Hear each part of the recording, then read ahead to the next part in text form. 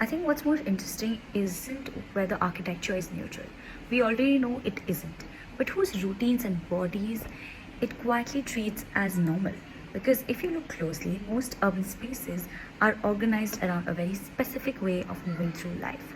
Fixed work hours, direct commutes, uninterrupted mobility, and assumption that you can occupy public space without constantly negotiating your safety. And historically, that person has always been male.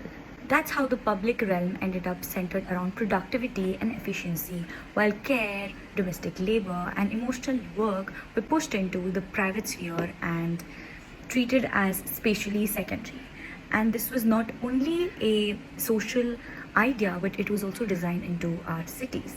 Civic buildings, city centers, even early housing models reinforced this very idea that the city was for work and power, while the home was where care happened quietly without spatial recognition.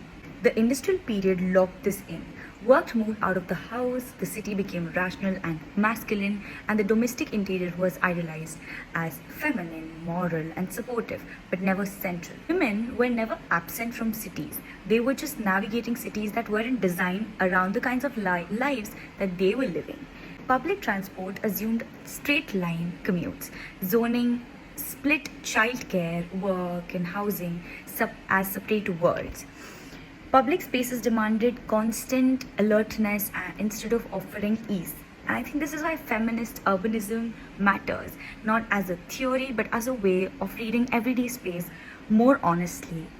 Because once you start noticing whose time, labor, and safety are prioritized in a city, you can't really unsee it.